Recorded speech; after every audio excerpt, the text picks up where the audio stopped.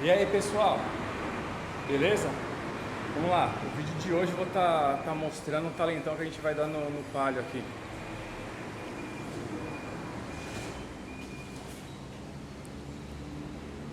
Peguei o dia de hoje para dar um talentinho nas pinças dele aqui, de freio e no tambor. Tem vídeo aí no canal já sobre esse trampinho que eu tinha feito anteriormente, mas a gente fez de preto. Mas eu achei que apagou muito as rodas. Daí resolvi colocar o alumínio de novo, por alumínio. Daí tô aqui dando um talentinho, fiz a lavagem ali, tô fazendo a pintura das pinças e do cubo traseiro ali, da panela traseira. E já vou aproveitar para fazer o que? Uma lavagem detalhada e a vitrificação das rodas. O Renato tá me ajudando aqui, a gente vai mostrar um pouquinho para vocês do trampo.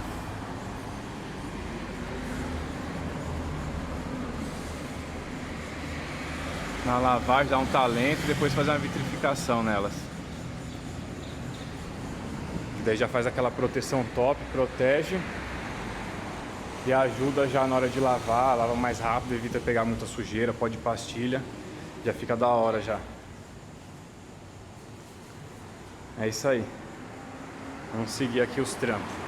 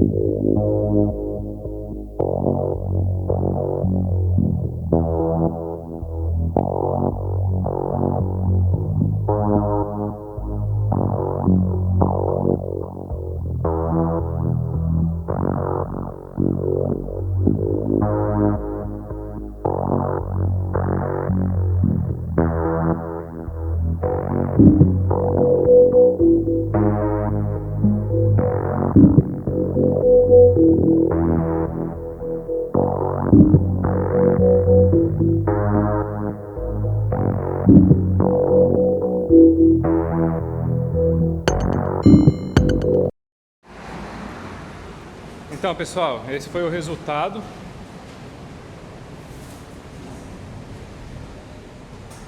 E se destaca mais, ó, a roda.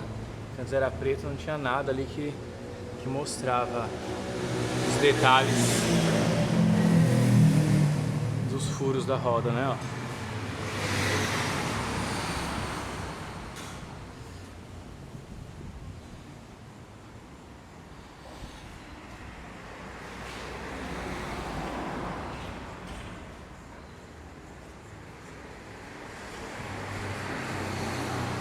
E é isso aí. Ó, já tá vitrificada, dentro e fora.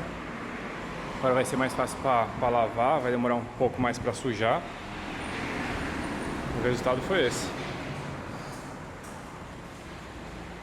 Se curtiu o vídeo, deixa seu like, se inscreve no canal e compartilha o vídeo aí. É nóis!